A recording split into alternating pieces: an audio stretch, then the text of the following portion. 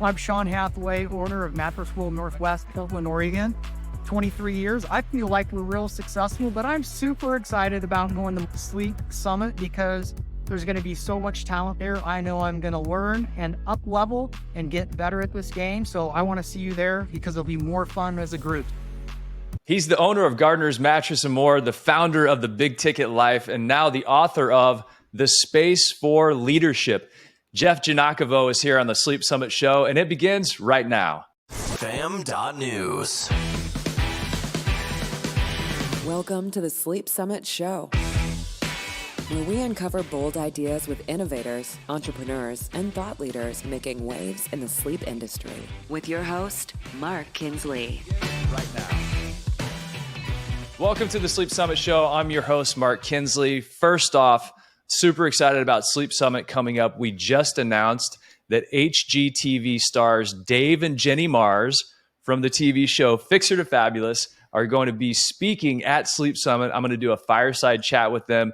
And then you are going to be able to get your picture taken with Dave and Jenny, who are amazing people. And we're going to be talking about how you can actually remodel your business to give it the upgrade you need. Because, of course, their whole thing is Fixer to Fabulous, taking something that needs a little work and making it better. And speaking of making things better, my life is better right now because Jeff Giagnocavo is here on the show. Jeff, it's been a while since we caught up, and now you are launching your brand new book. Give us the lay of the land. What's been going on with you? It has been a while since we caught up. In fact, I think we burned about 3 green rooms pre-shows worth of time warming up, just catching up. So it's good to be here, man. Appreciate you. Yeah. So The Space for Leadership is my new book. Most of you in the industry know I've written a couple books for the industry, but this is like my first big book. Like this is a book meant for the people in the industry and outside of the industry. Really, I mean, it's all about impact. It's all about my personal story. As a child, I was violently sexually abused as a kid from age 7 to 12. And, the realization that, and this might sound odd for people to hear this,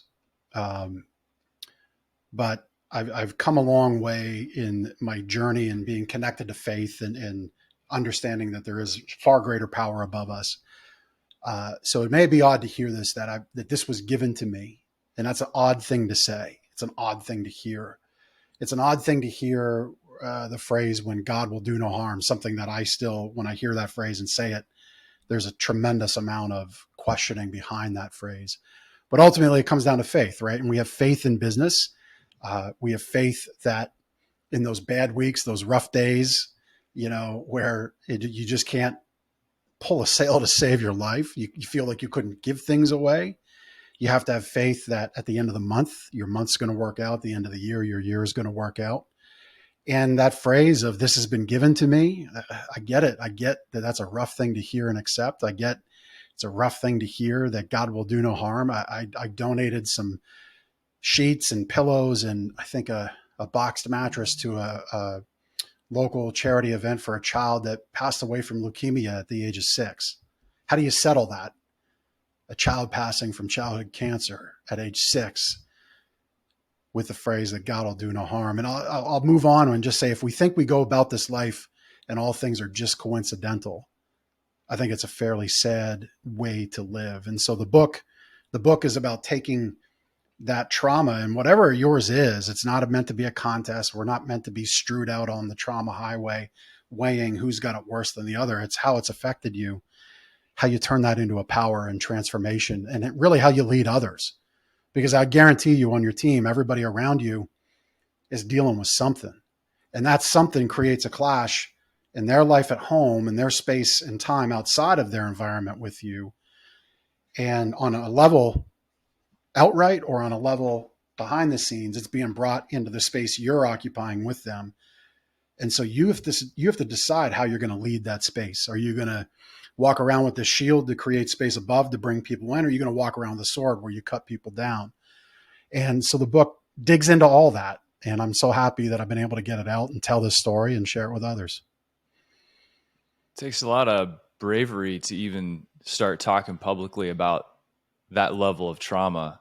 Is that something that you've only recently done, or is this something that you've been sharing with people trying to shine a light, let people know they're not alone. When did that start happening for you? Publicly since the beginning of the year. And, it's really funny that I own a business and have made my life and put a roof over my head and provided for my family, being a salesperson, if you will, and owning and leading sales organizations, because you have to ask for business. I didn't share this story for years and years because in my teens, when I attempted to, with family, it was shut down. And I realize now, then it was immensely hurtful and really continued to have that negative frame in my life and impact. But I realize now, those folks just didn't have the tools. They didn't have the capacity to understand. And again, I'll frame that back to people listening. Like, if you're struggling with the people on your team, like, why don't they get this? What don't they understand? Understand first, they're not you. Understand you as a leader haven't given them the tools to succeed. Every single problem you're facing in your organization, I can guarantee you, comes back to how you lead and how you look to understand and find empathy with one another. And so, we're not, as you grow up in life, it's not like you're given a handbook as a child, as a teen, as a young adult, as your first, like, where's that handbook series, right? Where's Life for Dummies, right? It just ain't out there. So how can we expect the people around us to have these tools to succeed if we as leaders aren't giving them to them? It sounds like as a leader, in some ways, you're saying there's a level of vulnerability that a leader needs to demonstrate. And then there's this level of coaching to make sure that you're surfacing whatever it is that somebody around you is dealing with, and then bringing them into their own best self. Yep. Do you get into that coaching piece of the puzzle, it sounds like? 100%. Yeah. 100%. And that vulnerability is what really, I guess, if there was one single thing within the book that I asked people to take away, it's that if you as a leader can't be vulnerable, how in the world do you expect any growth to happen for yourself and with your team? Because your team's just coming into their job to do the job. And that's what you have a business for. Like, I get there's a balance there. I get you didn't ask to be their leader in that way. But keep in mind, these people spend the majority of their waking hours in a week with you. Yeah, they're doing a job. Yes, there's an exchange happening, work for wage. I get it. But aren't they have a right to have an impactful life too? And even if that impact is bringing it to you where you employ them. So be a leader to make it the best they can. What did you learn about yourself, Jeff, when you wrote this book? And I want to start with maybe some of the areas that it shined a light on where you maybe felt like, oh, I'm not the best at that. I think, personally, just to kind of, to add some fuel to this fire before you do, over this past year, I've had a lot of time maybe not a lot of time, but I've taken intentional time to reflect. And I've realized there's some areas in my leadership style that are lacking. And did you surface anything when you wrote the book or going through that process that you said, yeah, that's not where I'm the best? Yeah, no, 100%. And I battle with it every day. There's a chapter called New Cuts. What's it called? New cuts don't equal. I should know this. Sorry. New cuts. Trust me, I've written a book. I get it. I don't have everything memorized either. What is it? A new hurt doesn't equal an old scar. All right. So that's the chapter that made it to publishing. I was beginning to iterate an original version, a draft version. A new hurt doesn't equal an old scar. And so this goes to how we're leading our team, right? Like they're bringing their own baggage to work. Your friends and your family outside of your business have their own stuff going on. And we've all got this baggage. And I talk about it in this chapter. Like, we're all just kind of like in a crowded room with these big old rucksacks. You're going to bump into each other. Sometimes that bag we're carrying is pretty small, and that's cool. Those days are better. But that baggage somebody's carrying isn't meant for you. And so that wound that they give you today isn't the equivalent of that old scar. And I realized sharing the story that no matter the feedback I get, it ain't going to be that man doing what he did in that basement all those times. So bring it. Like, that's the power I'm in right now. That's the gap I'm in right now. Like, it doesn't bother me, any feedback that I've gotten. And I've gotten some negative feedback, and it's like, all right, whatever. You think that's going to hurt me after you've heard my story? No, it's not. And so daily I deal with, I have to recognize, okay, this moment isn't that. This bump with me and my team isn't that. This customer saying no to this proposal, it isn't that. So don't internalize it and then outwardly express it with that rage, with that emotion, with that anger, because it's not the same thing. It's just momentary bump of that baggage just bumping up against you. But they're not asking you to strap it on. They're not asking you to carry it. This is a really good pause point, I think, from an emotional intelligence standpoint, what you just described. So I want to double red underline that. So often I think it's not that other thing during this moment, and it gets conflated. It gets mixed together. And a lot of times whenever, for example, whenever anger spouts out of us, a lot of times anger is the easiest emotion to access.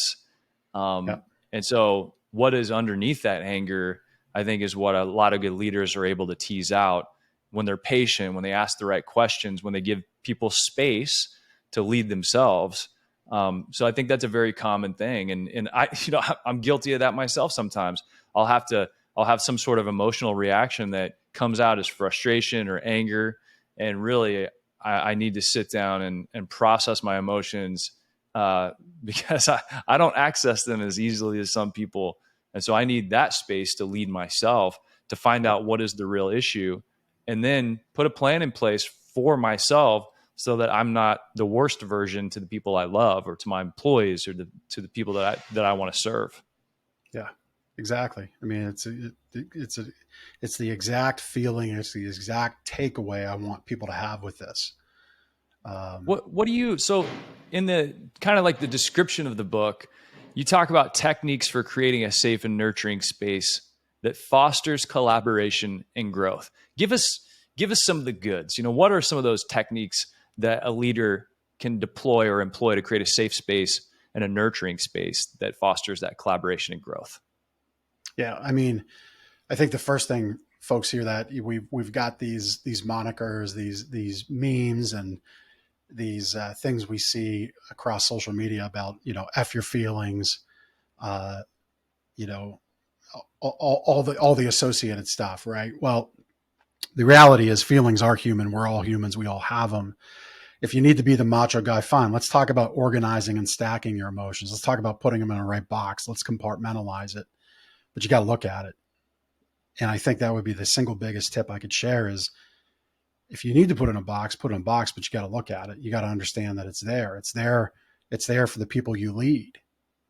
The boxes that you give them, right? The ways you interact with them, you got to understand happens. And your folks, they create their own definitions about you, about the way you lead, about the culture that's been created.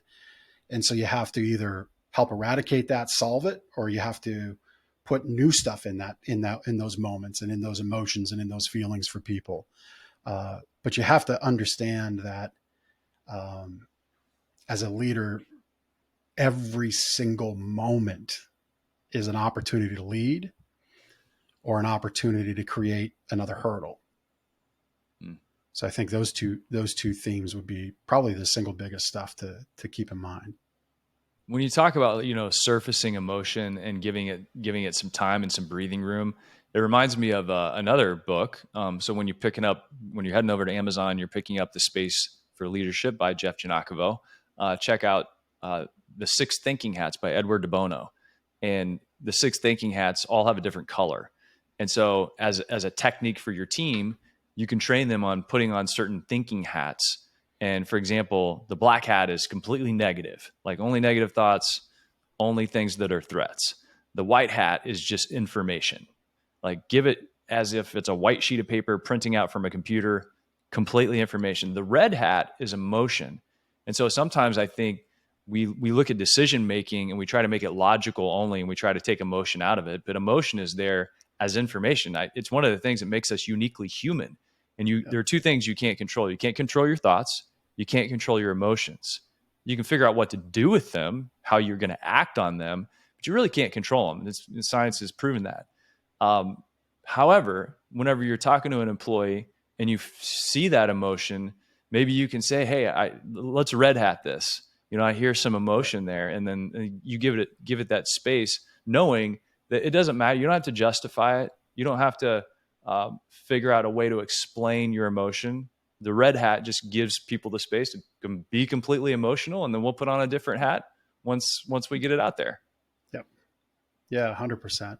I'll really bring this down to a real tactical, surgical example. So just this morning, before we got on our show together, I guess we had an interaction with a customer that was just disappointed that their boxed mattress, and this is a premium natural latex product, wasn't completely inflated the minute it was popped open. And I don't know all the details, and it doesn't even matter. What matters is the emotion of our customer. And so the lesson is always set expectations. Our mission in our business, and it's on our wall, right? Like, there's not a lot of stone around anymore. People don't chisel things into stone like the 10 Commandments are. But our mission, if it were chiseled in stone, is this: change the way you feel about mattress stores as our customer. And so everything we do, I remind my team always, like, is this interaction on point with the mission? Is what we just said, is what we just did, is how we just presented on point with the mission? And so this interaction missed the mission. The miscommunication between delivery and sales missed the mission. And so my message to the team was, hey, we failed you having a document that you can hand out at the point of sale, at the point of delivery on an email. It's now fixed. My graphics VA, I sent it to him the minute I got it. By the time I had opportunity to respond and collect my thoughts, I had the PDF back. I said, it's now fixed. And we added to our email follow-up. So now there's 3 opportunities to set this expectation. And the only thing that I added to remind everybody from an emotional standpoint is the mission. And my expectation is that everyone here is on board with the mission, period, full stop. And if you can't be, let's have a discussion about that. And so compare that to a few years ago, Jeff. That would have been a Category 5 Jeff-isode. Flip out, yell, negatively react, kick a door, launch a box mattress across the warehouse. I've done all that stuff. Sorry, I just almost cussed on your show. I don't want to do that. You can say shit. Don't worry. All right. Very good. Yeah. I mean, I've done all that stuff. Some select moments, maybe a response has been deserved, but not that response. What changed? I mean, what changed in you? Man, you pull no one, the realization that you pull no one in doing that. Throughout this process of creating the book, I mean, I've been in marketing mode of this book for 6 weeks. And I've been dribs and drabs. I talked about my past on my podcast show. So people that are connected to me and tuned in, they've been hearing it. And so it wasn't just brand new news this week. And people said, man, I never knew this about you. I never knew you had this big of a heart. I never knew this. I never knew that. I'm like, it's always been there. It's just, man, it's been hard to show it. And I realized I'm the only one stopping me from that. And what happens when you stop yourself from that versus letting yourself be free in that truth? Well, I mean, when I say I was the only one stopping myself from that, I was the one choosing to be overly negative, to be overly upset, right? And I guess I could sit here and say I'm justified in that. There's folks that are out there in this world abusing alcohol, abusing drugs for far less reason, in their upbringing. That's not me, but that's how they dealt with it. And for me, it's like I chose to deal with all that with anger.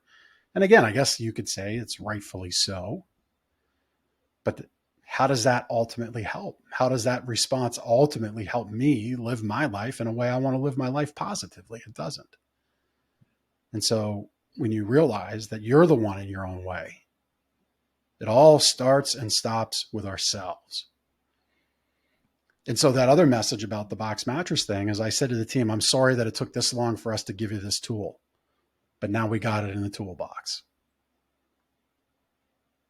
Taking responsibility for what you can control, not 100%.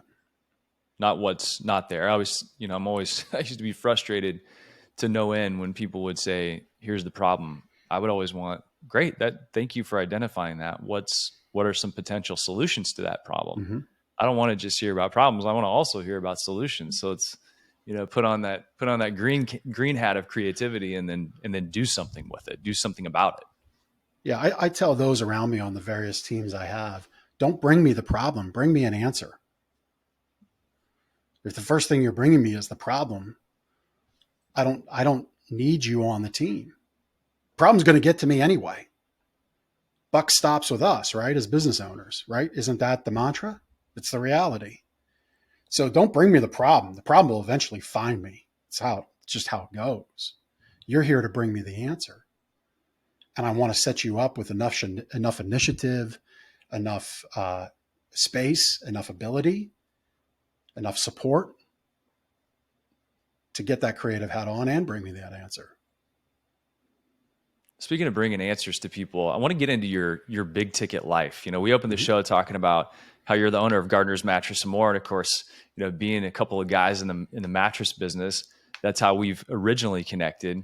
And now, of course, you're the author of your new book, The Space for Leadership. Head over to Amazon, check it out, pick up Jeff's book. But I want to talk about this big ticket life. But before we get there, let's do our Sleep Summit quiz question. And just know it's coming, folks. We're going to find out the strangest place that author Jeff Giagnocavo has ever slept. But here we go. I'm going to give you this could be a softball for you. Maybe, maybe not. But we'll answer it at the very end of the show. So here's the quiz question, but be thinking about your answer, and we'll see if Jeff gets it right. The record for the longest time any person has gone without sleep is how many hours? So we're going to measure it out in hours. The absolute record. I'm going to do some quick math here. I'm going to break this down into days. I have a giant calculator sitting beside me. It's a Casio. It's a DM 1200 BM. I'd never looked at that number until now, by the way. It's an antique, I think. I got it because I was like, man, I got to have a giant calculator. Just the fact that you have a calculator on your desk and the iPhones have been out since 2007. I'm banging on this 10 key, baby. That's right. Okay, so divided by 24. Oh, okay, hold on a second. I'll show you the calculator, by the way. If you're watching on YouTube or on Facebook or wherever we put out the videos, I'll show you the calculator. It's coming, but I don't want to give away the number yet. Oh, wow, that's a long time. Here's the Casio. That is an antique. It is like the size of my head almost. So Jeff, be thinking about your answer, and then but let's get into this big ticket life. So I love the name. I don't know. I don't 100% know what this is, but I know a little bit about it because you focus on helping business owners who basically sell infrequent, high ticket purchases who are in the brick and mortar space. Yep. But tell us about Big Ticket Life. What is it? Is it a consulting thing? Is it a mastermind? Is it a group? Who gets in? Give us the lay of the land. Yeah, it's a little bit of all of that. And so you nailed it. Like the businesses that I attract to and I feel I can bring the most value to, because my relationships on a business end are revenue share and equity positions. So I don't really work on retainer. I don't really work on fee per se. Those things exist, but they ultimately work against revenue share and or equity. And so it's very connected relationships measured on these two hands because that's what the time allows, right? I want to do life and business on my terms. That's kind of my tagline. We talked in the pre-show about getting to Sleep Summit. I will do everything I can to be there, But the core focus, because we have 29 varsity football games to make a Division I college football offer happen for my son, that exists right now. That's the timeline our family is on and he is on, and I'm there to support him for all of those games. All my businesses are set up to be able to do that and be connected and present, right? Life and business on your terms. And so the big ticket life is about those kinds of relationships with those kinds of businesses, being able to affect major change and create something special together with a handful of businesses. And yeah, they're typically like your home remodelers, your deck builders, your HVAC. I've worked with some chiropractors in the past, some big ticket financial advisor type folks. Right now I'm on a franchise group for a different iteration around Top Golf called Links Golf Cafe. There's some big news forthcoming there. And so it's those kinds of relationships that I work with. And, I'm that visionary that really helps the great integrator run business, the guy or gal that is great at doing their teams, building their teams, delivering the service, swinging the hammers, turning the wrenches, but they don't have an ally for big ideas. In fact, they often get shot down. I'm their customato in their corner. They're the Mike Tyson that can throw a punch, but I'm the guy that can bring them into the octagon for an MMA fight. I'm the guy that can bring them into WWE and get them a whole new paycheck. Okay. Tell us a story. Give us an example of that, because I'm very fascinated. Number one, selling mattresses and being in business. You have created an incredible business, Gardner's Mattress and more. And the experience that you focus on, the way you serve your customers, the reviews. I mean, the proof is in the pudding. Like, you have so many happy customers, so many great reviews. I know you have a lot of dedicated employees and customers who come back to you time and time again. But when you get outside of the mattress industry and the mattress business, and you start being the visionary for other companies, what are some of the stories that come top of mind for you that have been really fun or impactful? Yeah. So like Links Golf Cafe, there's 5 revenue streams within there. One of them is my idea, and that's business meeting space and continuing education credits. And so we're building that as part of the program for businesses, because when a business just goes to the golf course, that receipt for golf may or may not be able to be written off. And if it is, it's only at 30%. But if you're investing in continuing education and you're investing in a membership where you can prove you have routine business meetings, and we provide you that space and we provide you that continuing education through that physical place of business, you can write off your golf membership at Links Golf Cafe at 100%. Didn't realize that. So from a tax perspective, if it is classified as continuing education, boom, it's a full write-off. That's right. Otherwise, if it's a business meeting, you said it's 30%. Yeah. And I mean, again, I'm not a lawyer, I'm not a CPA, but these are things that have been told to me, and I'm not your lawyer or your CPA. And I'm saying all Disclaimer. that to appease the lawyers. And I do everything I can to have only one federal agency in my life, and that's the IRS. And I don't even like them in my life, but I digress. Nice. That's cool. So right now, in terms of the big ticket life, that is pretty much something you're attracting. Like you said, it's a smaller group of people because you want to keep it intimate. And as different projects come up, you're able to choose from that. Now, is it a group that gets together with each other, or does it pretty much just flow through you and you're in that consulting capacity? In the consulting capacity, it flows through me. Yeah. I mean, I've done events, like I've been asked to do coaching, right? So I view consulting and coaching as two very different things. Coaching to me is far more generalized. The person will bring different problems and will work to massage those problems out. Consulting through Big Ticket Life is the goal there is to grow 300 to 500% in 5 years and get to a cash event. Now, maybe that cash event is that integrator business owner that's been at their business 70 hours a week for the last 17 years. That cash event is they get to check in twice a week like I do in my retail business and enjoy life the other 5 days of the week. and still get paid and still turn profit at the end of the year and have to decide how they're going to dividend that out. That's a cash event.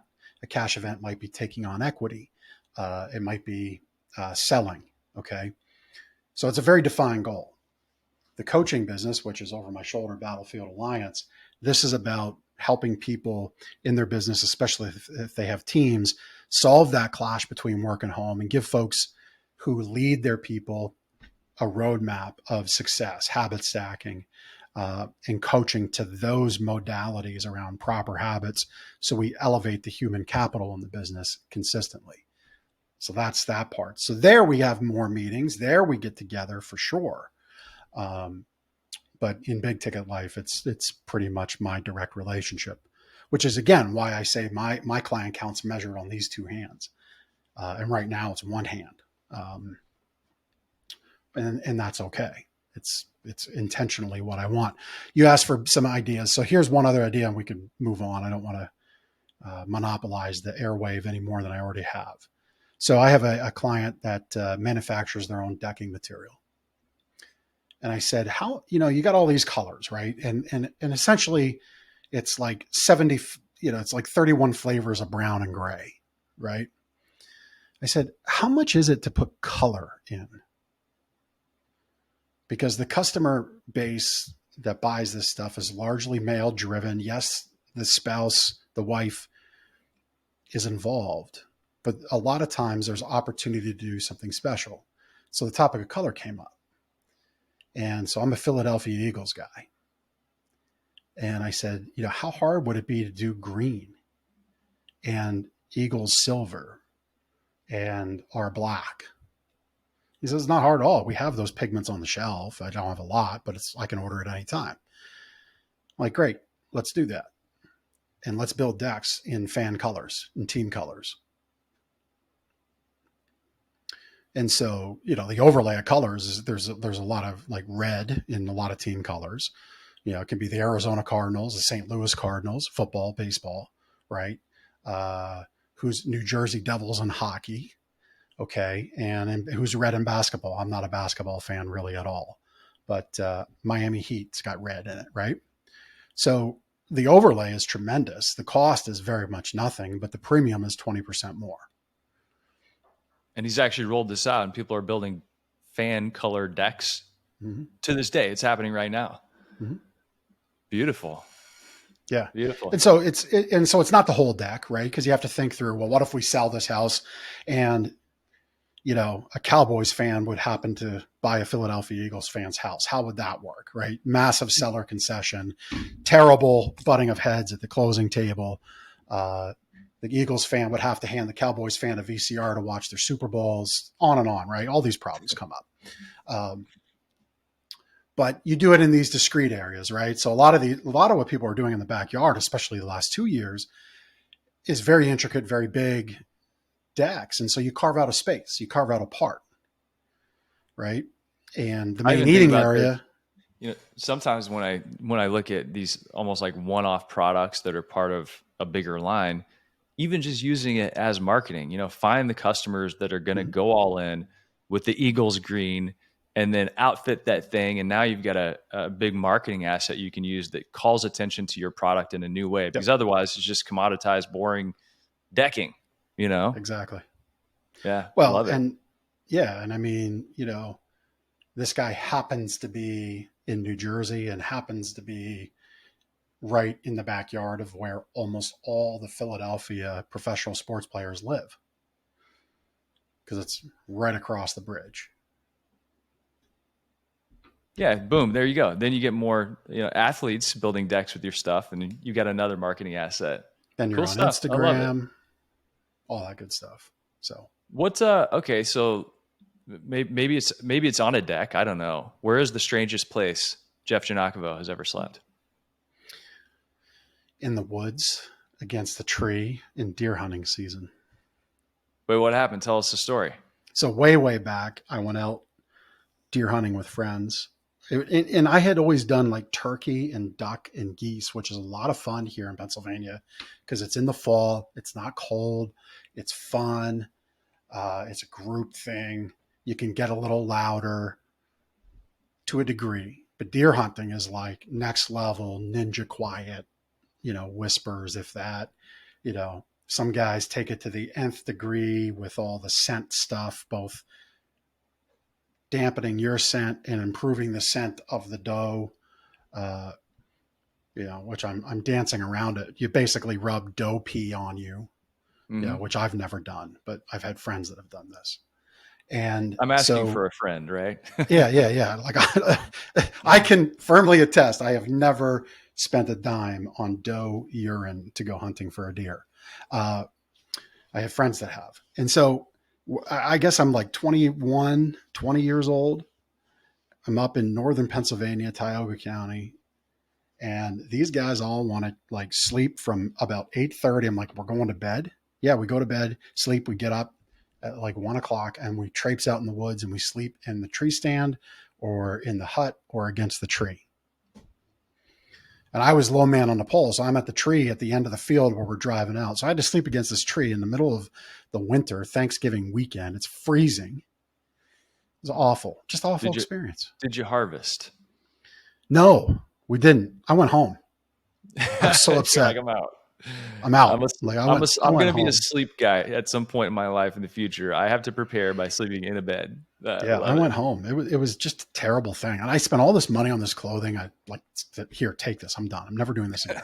Just shed it off. Take it. Yeah. All right. So have you had a chance to think about the Sleep Summit quiz question? Okay. So the record for the longest time a human being has gone without sleep in hours. What's your guess? I'm going to guess 108 hours. 108 would be wildly incorrect. Way too low. So, well, that's like, that's almost 5 days. Yeah. This is going to be crazy. So if you haven't, I've actually seen a little documentary about this. Now I'm going to double check this. Okay. So I'm going to double check this. Okay. Yeah. I was pretty sure. So I had a stat that was incredibly wrong. But I just got it right. So Randy Gardner did a sleep deprivation experiment. He was 17 years old and he stayed awake for, you got to be 17 years old to do something this crazy. And he stayed awake for 264.4 hours. That's the equivalent of 11 days and 24 minutes before dear young Mr. Gardner finally nodded off. From what I heard about this guy, he was hallucinating to a very high degree. He was driving around in a convertible for a lot of it, just trying to stay awake. Yeah, 264. What's your record? Do you know off the top of your head? Yeah, I had back in my, when I was on the wholesale side of our industry, I had some 48-hour moments, probably crossing into 50 hours. So some trips back and forth to Arizona to do some service work and LA quick, really stupid coast to coast travel, do some training, come back home, get on the road, go out, see local accounts, like just crazy stuff. I think I like my sleep. I have a nice mattress. I enjoy sleep. I really like it. There's a mattress in this podcast studio, for crying out loud. You got a mattress in the podcast? Well, I can't see it, but maybe we'll maybe you can give us a behind the scenes. Maybe you can post it on your Facebook or something like that, so people can go check out your page and buy your book. Hey, how do you want people to get a hold of you? Obviously, the book the Space for Leadership is up on Amazon, so you can find it there. Where else can they get in touch with Jeff? So when I do podcasts, I guest quite a bit. I have my own show, but thejeffg.com is like the clearinghouse for everything in my world. Specific to the book, thejeffg.com/book takes you right to everything about the book. There's a button to click over to Amazon there, so you don't have to search. I'm doing some bonuses with the book, so you can read about those bonuses, and those calls happen later in September, so you won't miss out on anything. If you do happen to miss the live jam sessions, there'll be recordings, but thejeffg.com/book for the book, and then just the main site if you want to connect with me any other way. I mean, I don't really know why you chose that URL because I'm pretty sure most people can spell Giagnocavo, right? So my kids' football coaches call him Aiden Avocado. By the way, if anybody's interested, it's Giagnocavo, Jeff Giagnocavo. Yeah, just like that. Once you get it, it rolls off the tongue, man. It's just like Smith. Yeah, I'm sure. Have you ever met another Giagnocavo out there in the wild world that you didn't know? There's a Dennis Giagnocavo out there that no one in my family knows of, and it's spelled the exact same way. So that second G is an Ellis Island insert. And, so really only our family should have that. But I ran across that name, not in person, but the name at a rental car counter. I forget where, but it was at a rental car counter. Like, oh, Dennis. Like, no, my name's Jeff. Oh, we have Dennis in here too. Just like it was Jeff Smith and Dennis Smith. I'm like, whoa, wait a minute. There's another Dennis Giagnocavo, like spelled like this. Yeah, Giagnocavo. I'm like, no way. I don't know that guy. Yeah, Uncle Denny, the dentist. Yeah, no, nobody knows Uncle Denny. So Dennis Giagnocavo, if you happen to catch this, like reach out. I'd like to know who you are. I know there's a basketball coach. His name's Mark Kinsley. And there's like a lighting designer out of Chicago. His name's Mark Kinsley. But I'd never actually met another Kinsley in person. It wasn't part of my family until I was in Marina Del Rey. I was at the Ritz-Carlton for a conference. And I walk up to the bell desk and I look at this woman and she looks like my cousin Pam. And I look at her name tag and her last name is Kinsley. And I took her my ID. I go, have you ever met another Kinsley? She's like, one. But of course, I'm in a hotel, so I see a lot of people. And I'm like, this is so strange. You look just like my cousin Pam, but we couldn't make any connection. So They're out there. Our families are out there somewhere, I'm sure. Yeah, it's so funny, that doppelganger thing. Like, you look up my facial picture and you look up Ben Roethlisberger. Like, yeah. Like, not I've college had multiple people say that they're like out of nowhere. They say Gavin Newsom. Oh, who I guess is the governor of California. Yeah. So I get a lot of Gavin Newsom out there. I don't know if that's a compliment. I don't think it is. I think they're taking a jab at me. Yeah. All right. Find your doppelganger. I would say Gavin Newsom looks like Mark Kinsley. Thank you, Jeff. I appreciate that. Yeah. Step up to the mic, Newsom. Hey, buddy, it's great. Congratulations on your new book. Thank you, man. Congratulations on Appreciate you. all your success with your continued success with Gardner's Mattress and more, the people you serve with a big ticket life, living your truth, bringing that to people who are going to hear that message and be able to connect with it, and being an inspiration to people. So congratulations. Yeah, Thanks so much for being on the show, man. Thank you for having me.